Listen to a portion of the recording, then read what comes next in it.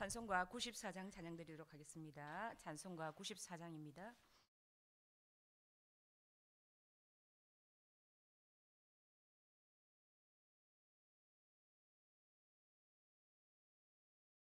주 예수보다도 귀한 곳은 없네. 이 세상 부귀와 바꿀 수 없네. 영주를 내 대신 돌아가신 그 놀라운 사랑 잊지 못해. 세상 즐거움 다 버리고 세상 자랑 다 버렸네. 주 예수보다도 귀한 곳은 없네. 예수밖에는 없네. 예수보다도 귀한 곳은 없네. 이 세상 명예와 바꿀 수 없네. 이전에 즐기던 세상 일도 주 사랑하는 마음 뺏지 못해. 세상 즐거움 다 버리고 세상 자랑 다 버렸네. 주 예수보다도 귀한 곳은 없네. 예수밖에는 없네.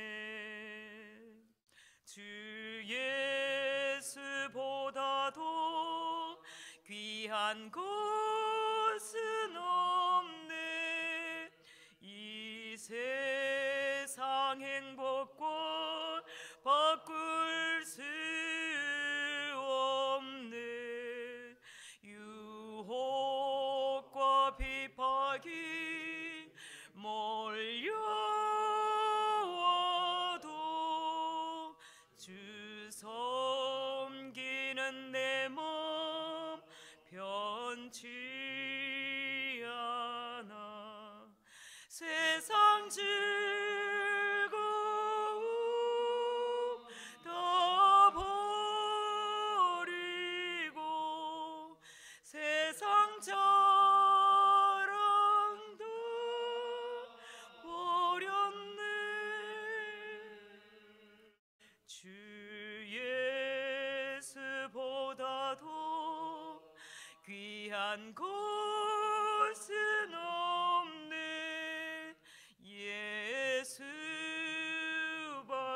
예수밖에는 없네.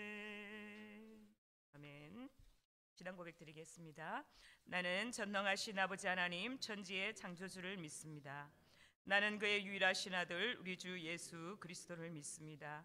그는 성령으로 잉태되어 동정녀 마리아에게서 나시고 본디오 빌라도에게 고난을 받아 십자가에 못 박혀 죽으시고 장사된 지 사흘 만에 죽은 자 가운데서 다시 살아나셨으며 하늘에 오르시어 전능하신 아버지 하나님 우편에 앉아 계시다가 거기로부터 살아있는 자와 죽은 자를 심판하러 오십니다.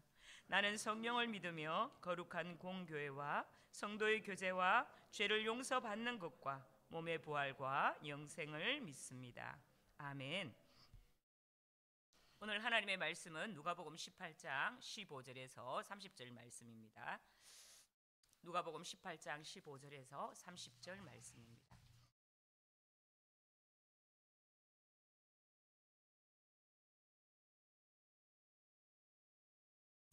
신약성경 128쪽입니다. 함께 교독하도록 하겠습니다. 사람들이 예수께서 만져주심을 바라고 자기 어린 아기를 데리고 오매 제자들이 보고 꾸짖거늘 예수께서 그 어린 아이들을 불러 가까이 하시고 이르시되 어린 아이들이 내게 오는 것을 용납하고 금하지 말라. 하나님의 나라가 이런 자의 것이니라.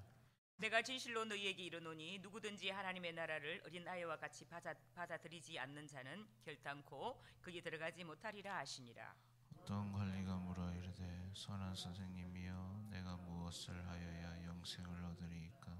예수께서 이르시되 내가 어찌하여 나를 선하다 일컫느냐 하나님 한 분 외에는 선한 이가 없느니라.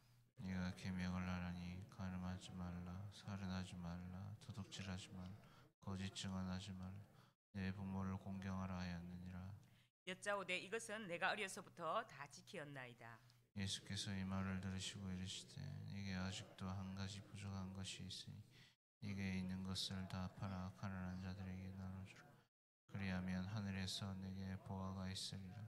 그리고 와서 나를 따르라 하시니 그 사람이 큰 부자이므로 이 말씀을 듣고 심히 근심하더라.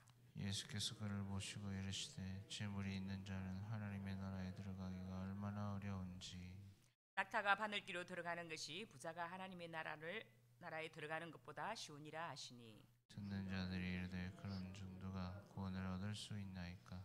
이르시되 무릇 사람이 할 수 없는 것을 하나님은 하실 수 있느니라. 베드로가 여짜오되 보옵소서 우리가 우리의 것을 다 버리고 주를 따랐나이다. 함께 같이 읽겠습니다. 이르시되 내가 진실로 너희에게 이르노니 하나님의 나라를 위하여 집이나 아내나 형제나 부모나 자녀를 버린 자는 현세의 여러 배를 받고 내세의 영생을 받지 못할 자가 없느니라 하시니라. 아멘. 자, 오늘 말씀은 누가 하나님 나라에 합당한가라는 제목의 말씀입니다.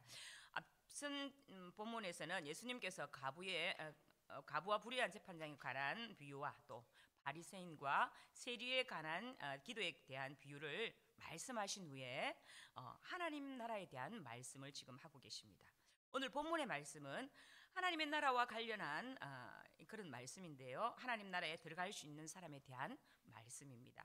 모든 사람들이 하나님 나라를 소유하고 싶어하고 또 하나님 나라에 들어가고 싶어하지만 예수님께서는 하나님 나라는 아무나 들어갈 수 없다고 오늘 본문 말씀을 통해서 이렇게 단호하게 말씀을 하고 계십니다. 과연 예수님께서 오늘 본문 말씀을 통하여 말씀하시는 하나님 나라에 들어갈 수 있는 사람은 과연 어떤 사람일까요? 15절부터 17절 말씀은 어린아이에 대한 말씀입니다. 어린아이처럼 잘 받아들이는 자가 하나님 나라에 들어갈 수 있다는 그런 말씀인데요. 부모님들이 자신의 아이들을 예수님께서 만져주시고 또 축복해 주시기를 바라는 마음으로 예수님께 데리고 옵니다. 하지만 제자들은 예수님이 바쁘시기 때문에 어린아이를 축복해 줄 시간이 이렇게 부족하다고 이렇게 이야기를 하죠. 당시 어린아이들은 사람으로서의 온전한 대접을 받지 못했기 때문에 어린아이를 축복하고 만져주시는 일은 예수님같이 위대한 선생님이 하기에는 불필요한 일이라고 이렇게 제자들이 생각을 했기 때문입니다. 하지만 예수님께서는 제자들의 생각을 완전히 바꿔놓는 말씀을 해주십니다. 오늘 본문 말씀 16절 보면 예수께서 그 어린 아이들을 불러 가까이 하시고 이르시되 어린 아이들이 내게 오는 것을 용납하고 금하지 말라.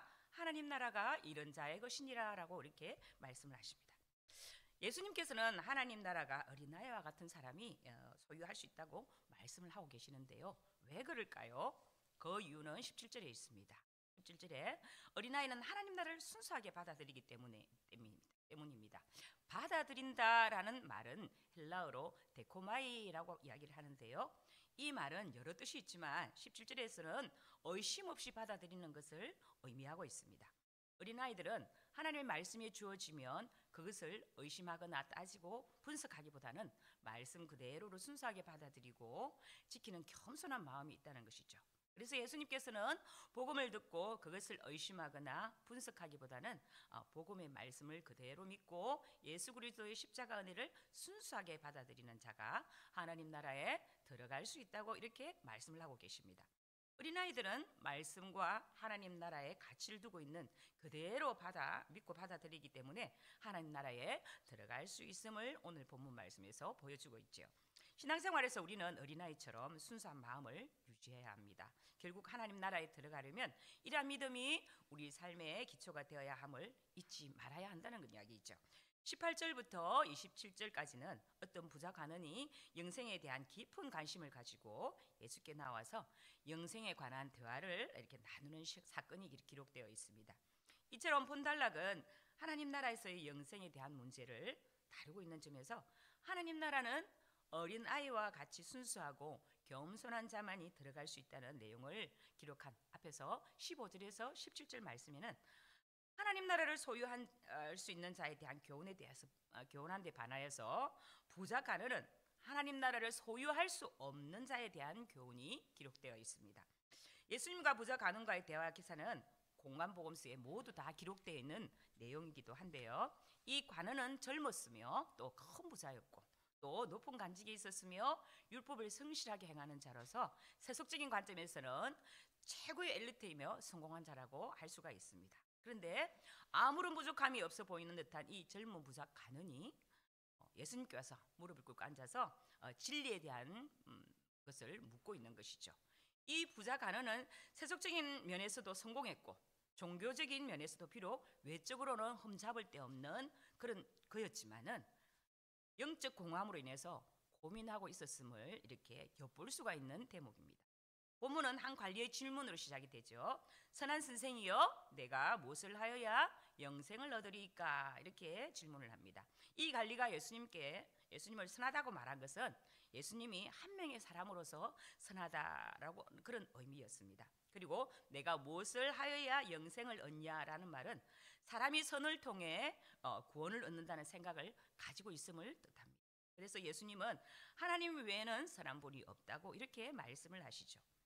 20절은 이렇게 예수님께서 율법을 잘 지켰는지 확인하기 위해서 이렇게 질문을 한 것이 아니라 이 관리의 실체를 드러내기 위해서 이렇게 질문을 하시는데요. 10계명 중에서도 사람에 대한 계명을 지켰는지 질문을 하고 계십니다. 그러자 관원은 망설임 없이 자신은 어려서부터 모든 계명을 다 지켰다고 말합니다. 이 관리가 어떤 근거로 이런 확신을 가지고 수 있었는지는 분명히 이 관리는 일반적이지 않는 사람이라는 것이죠. 하나님께서 이스라엘 백성들에게 율법을 주신 목적은 그것을 다 지켜 영생을 얻는 수단으로 주신 것은 결코 아니었죠. 오히려 율법을 지킬 수 없는 인간의 한계와 또 죄성을 깨닫게 하시려고 주신 것이 바로 율법입니다. 오히려 율법을 통해서 죄인된 죄인자의 자기 모습을 더 드러내게 또 발견하기 위해서 이렇게 율법을 주신 것입니다. 그래서 하나님은 율법을 주시면서 또 속죄 제사법도 주셨고 궁극적으로 영원한 속죄자이신 우리 주 예수 그리스도까지 이렇게 보내주신 것입니다. 21절은 율법을 다 지켰다고 자신 있게 말하는 부자 간원에게 예수님은 이 부자 간원이 가지고 있는 근본 문제를 지적하고 계십니다.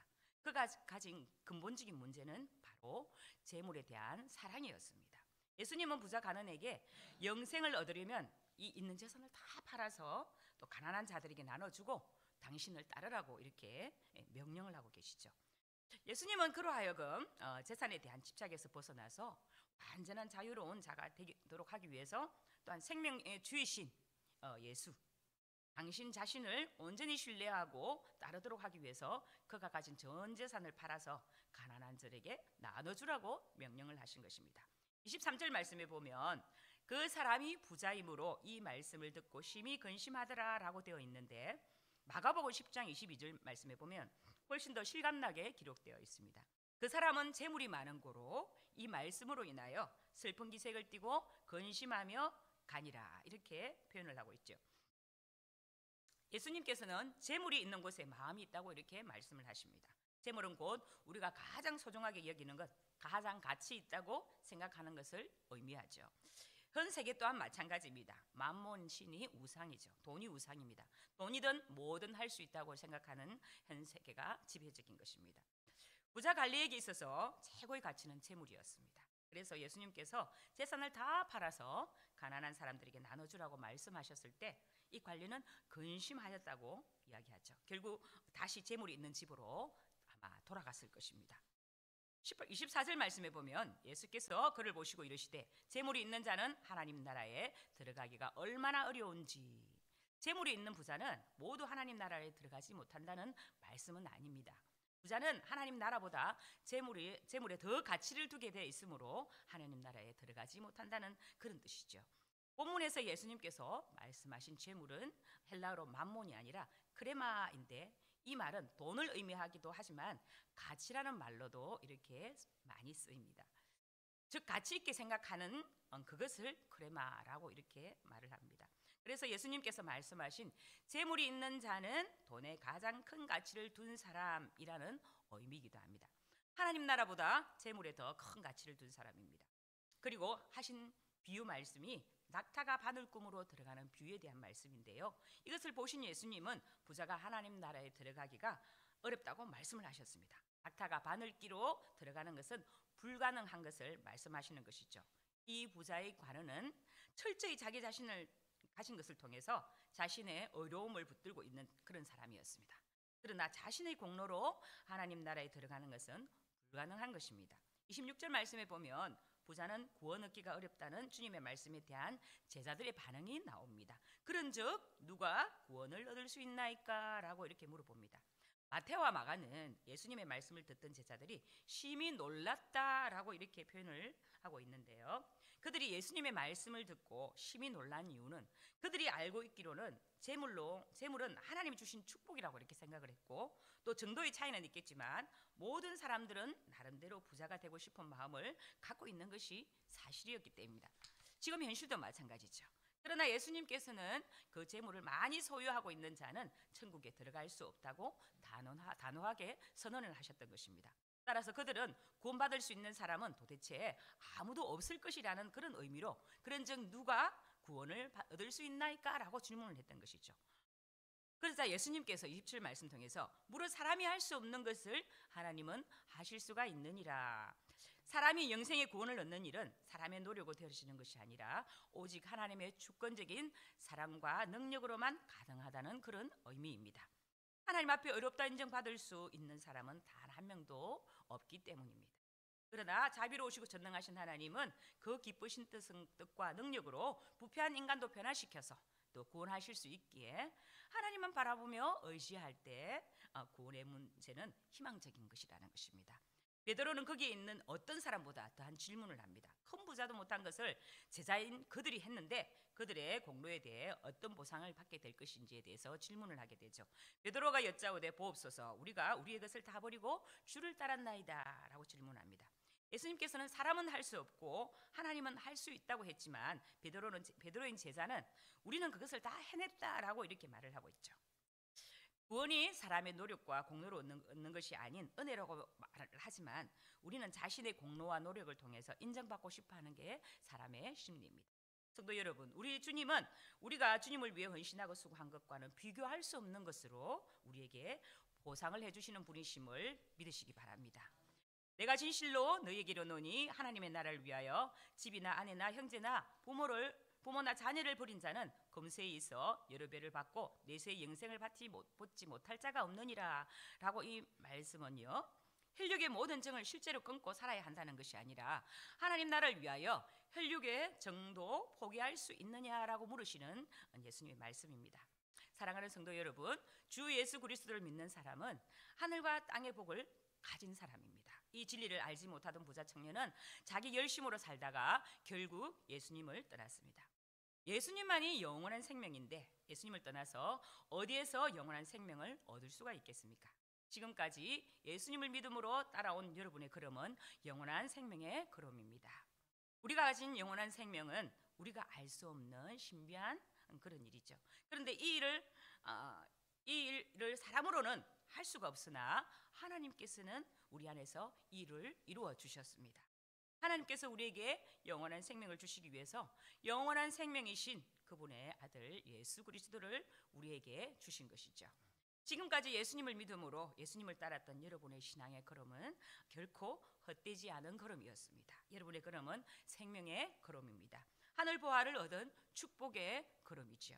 우리가 무엇을 얻으리이까? 주 예수 그리스도께서 주실 복은 하늘에서도 땅에서도 넘칠 것입니다. 결코 여러분의 신앙의 걸음을 손해보지 않게 하실 것입니다. 이것이 바로 생명의 진리입니다. 하늘 보화를 얻은 축복의 걸음, 생명의 걸음을 걸어가셔서 아름다운 삶의 열매를 맺는 삶 되시기를 주님의 이름으로 축복합니다. 기도하겠습니다. 은혜로우신 아버지 하나님, 고요한 새벽에 저희를 깨워주시고 주님의 말씀 앞에 서게 하시니 참으로 감사합니다. 오늘 말씀을 통해서 하나님 나라에 들어가기 위해서는 어린아이와 같이 겸손히 받아들이는 마음, 하나님 나라를 최우선으로 삼고 모든 것을 내려놓는 결단, 그리고 이 모든 것이 오직 하나님의 능력으로만 가능함을 깨닫게 하시니 참으로 감사드립니다. 주님, 우리의 연약함을 아시오니 교만한 마음을 취하시고 겸손한 마음을 주시옵소서.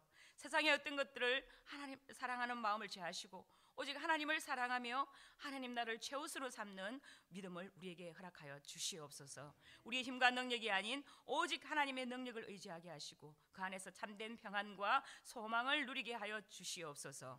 오늘 하루도 주님의 말씀을 따라 살아가기를 원하오니 성령으로 충만하게 하여 주시고 믿음으로 승리하는 복된 날이 되게 하여 주시옵소서.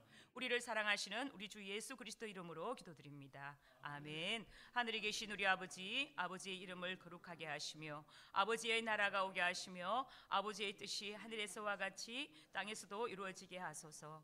오늘 우리에게 일용할 양식을 주시고 우리가 우리에게 잘못한 사람을 용서하여 준 것 같이 우리 죄를 용서하여 주시고 우리를 시험에 빠지지 않게 하시고 악에서 구하소서. 나라와 권능과 영광이 영원히 아버지의 것입니다. 아멘.